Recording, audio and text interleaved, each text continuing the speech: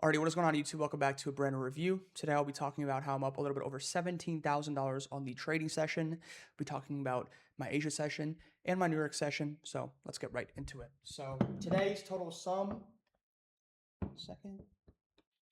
I ended up taking a total of 2 trades, one through Asia last night, which was a loser, and then one today through New York, which was a winner.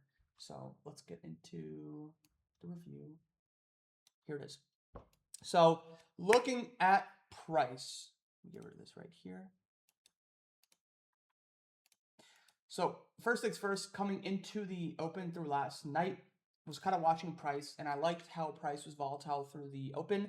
I tend to usually feel like Sunday nights typically trade well through Asia, and we ended up more so seeing that yet again through Sunday night.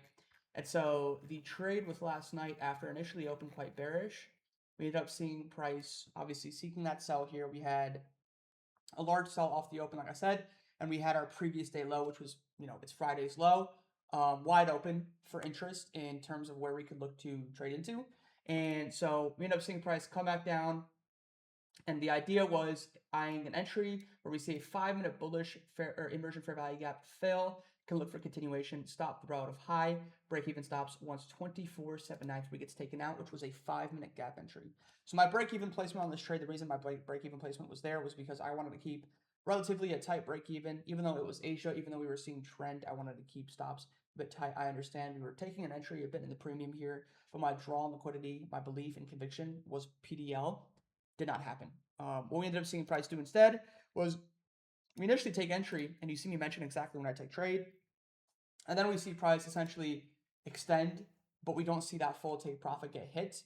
I ended up placing my first TP limit trigger at 24,735, which was a target of interest. I ended up saying it here, right? 24,735.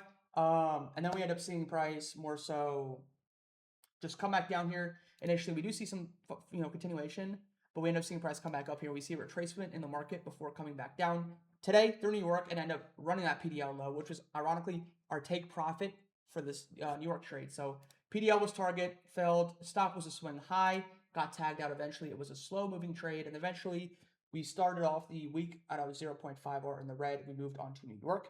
And here we are through New York, right? We took our loser. We didn't get uncomfortable. We didn't get nervous. We didn't get all these emotions. We simply stood calm. It's our system. It's a part of it. We simply moved on, right? Now we come into New York and we see price through New York kind of trade off the open in a bearish manner. We do see price through overnight end up coming back up initially, as you see NQ and ES. We eventually end up coming back up after initially putting in a low. And then we see price essentially kind of rebalance, and we end up seeing price showcase an opening range move where we see price off the open trading to our London highs. So 9:30 a.m. is right here. We see price push up. We see price take our London highs off this red level, and then we end up seeing price come right back down. So for me specifically, my narrative was still downside more so than not. I did say this on my live. I wasn't extremely one-sided because higher time frame didn't look very clear. If you look at the hourly time frame, within the past couple of weeks, we've been seeing price trade extremely internal. So for me specifically, I was more so a bit neutral, but I was leaning downside a bit more as opposed to upside because, again, I had that PDL level through overnight. I felt price through the Asia session, and overnight price in general was more bearish than bullish. And then we end up seeing our opening range move here where you see price come up here, take out a London high, and then you see price come right back down, and you see validation of that opening range move be bearish, right? The initial move is bullish into the high, but then we see a bearish reaction again. We have an opening range move. The reaction is the key aspect of the part because the reaction is essentially the bigger move. We end up seeing price come down here. We see validation. We then see price come down here, take out London lows. At this point, I wasn't still overly eager in entering a trade because price was still internal. Again, you guys know me. I really dislike when price through New York trades inside its overnight highs and lows. That's what we were kind of doing here. So for me specifically, I ended up waiting to take a short until we ended up seeing price showcase validation and interest and want past that overnight high and low. I'm not saying it's horrible. Range traders would actually love that. But for me specifically, I waited, and eventually we ended up seeing ES here come down here, and we ended up seeing ES take out the slow. Now, this is the importance, and sometimes I get shit, I feel like, on Twitter comments and YouTube comments. Lanto, you're entering into premium. For me, in my opinion, my conviction is I never believed into premium or discount entries. I know what they are. I use the term from time to time, but I really don't have major conviction in it because as long as you know if you can anticipate draw and price aligns with that draw, you could always end up taking a trade no matter what. There's always an entry in the market that is proper as long as you have the correct draw. That's anticipation alongside reaction. We end up seeing price come down here, take out Asian lows. Until we took liquidity, why would you end up looking to take a trade? Because my conviction was PDL. We've taken these type of trades before. We haven't seen them work out a couple times the past couple weeks, but we end up seeing that happen today because price was very in a line. We end up looking to more so go short off a 1 minute failed bullish gap. Basically an inverted bullish gap, go invert in terms of bearish. And here is